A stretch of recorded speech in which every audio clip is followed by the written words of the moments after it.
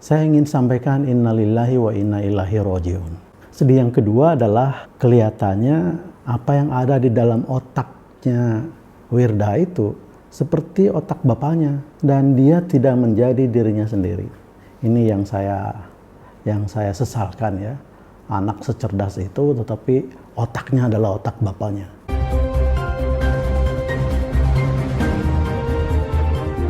Welcome to your channel, Cross Cultural Institute, berdiri tegak di tengah. Assalamualaikum warahmatullahi wabarakatuh. Bismillah, alhamdulillah, senang sekali saya bisa kembali menjumpai Anda bersilaturahmi di channel ini. Hari ini saya melihat di trending topik di Twitter, ada nama Wirda. Saya nggak tahu siapa Wirda, penasaran, saya klik. Lalu keluarlah foto-foto beliau dan saya tahu bahwa itu adalah putrinya Yusuf Mansur. Dipermasalahkan soal informasi yang tidak akurat tentang sekolah beliau ya. Di tahun yang sama dia bisa sekolah di 3 universitas. Tapi baiklah, itu tidak perlu saya kupas di sini sebab ada yang lebih penting seperti yang ini nih. Oke, jadi membaca judul berita seperti itu, saya ingin sampaikan innalillahi wa inna ilaihi rajiun. Karena saya sedih sekali membacanya ya. Pertama, bahwa apa yang tertulis di dalam judul berita itu kata lain dari bisnis dicampur dengan agama. Nah, ini persis seperti kelakuan orang tuanya Yusuf Mansur ya. Jadi untuk itu ini ingin saya katakan bahwa inilah yang disebut dengan karma. Sadar atau tidak sadar, orang tuanya sedang mendidik anak keturunannya seperti bapaknya. Nah, ini contoh ya. Sedih yang kedua adalah kelihatannya apa yang ada di dalam otaknya Wirda itu seperti otak bapaknya dan dia tidak menjadi dirinya sendiri. Ini yang saya sesalkan ya.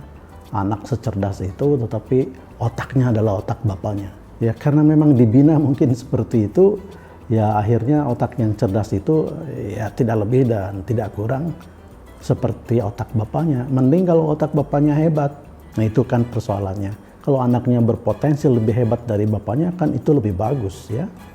Oke, tapi terlepas dari itu semua, saya ingin bercerita topik lain. Bahwa saya pernah WA ke orang Jepang, teman saya di Jepang.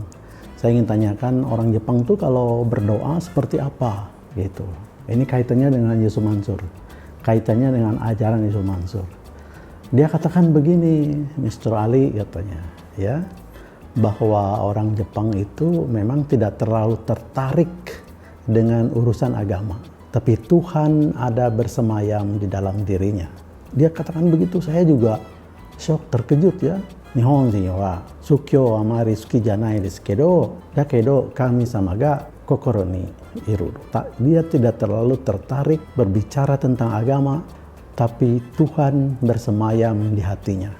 Nah ini ingin saya kupas ya, apa itu artinya? Dari kumulatif ya, bangsa Jepang ini yang menurut hasil survei intelijensinya paling tinggi di dunia ya. Indonesia nomor 78, yang kedua Cina, yang ketiga Taiwan, Hong Kong, Singapura dan lain sebagainya. Dari analisa itu sebenarnya apa yang dimaksud dengan Tuhan ada bersemayam di hatinya? Jadi kita potret Seikasu no koto ya, sehari-harinya kehidupan dia. Apa itu? Orang Jepang itu orang yang masyarakatnya sangat jujur. Masyarakatnya mempunyai nilai yang tinggi terhadap kejujuran. Masyarakatnya mempunyai nilai yang tinggi terhadap kejujuran. Satu kali orang ditemui bohong, maka akan selamanya itu akan menjadi penderitaan ya, buat orang Jepang. Karena komunitasnya akan mencatat orang yang tidak jujur itu aib di mata mereka. Kalau politikus ketahuan tidak jujur, dia akan selesai karirnya.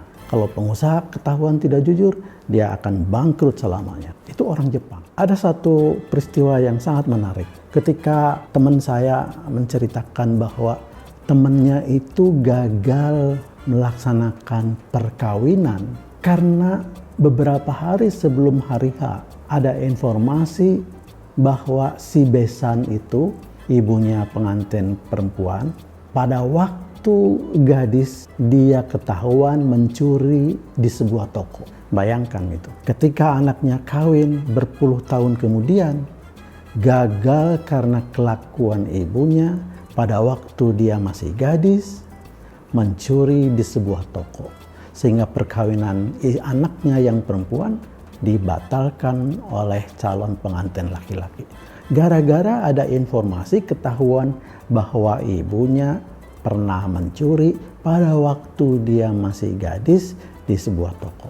Ini kan luar biasa. Nah, sekarang kita potret ya apa yang terjadi pada Yusuf Mansur yang heboh, yang hingar-bingar, urusan-urusan finansial, urusan-urusan bisnis yang di dalamnya banyak ketidakjujuran. Ya, ada yang merasa tertipu, ada yang tidak dibayarkan janji-janjinya, dan seterusnya, dan seterusnya. Jadi kalau ini dinilai dari kacamata orang Jepang yang tidak suka dengan agama, yang jauh dari agama, tetapi Tuhannya ada di dalam hatinya, maka perilaku Yusuf Mansur ini aib di mata orang Jepang itu. Ini tidak akan pernah ada yang mau mendengar lagi, tidak akan mau ada yang mau mengikuti lagi kalau perilakunya seperti Yusuf Mansur itu. Nah, itu salah satu contoh ya. Nah, contoh lain bahwa orang Jepang itu sangat detail, sangat rinci ya. Dia sangat tertib, disiplin, tepat waktu, dan seterusnya dan seterusnya. Ini bukankah adalah nilai-nilai Islami ya yang diajarkan di dalam agama kita? Sekali bagi saya, sebaiknya ustadz-ustadz itu mengajarkan, mendakwahkan bagaimana umat itu menjadi umat-umat yang cerdas, umat-umat yang maju, umat-umat yang brilian, punya pikiran-pikiran yang hebat. Bukan umat-umat yang diajarkan oleh Yusuf Mansur, ajaran-ajaran keajaiban-keajaiban.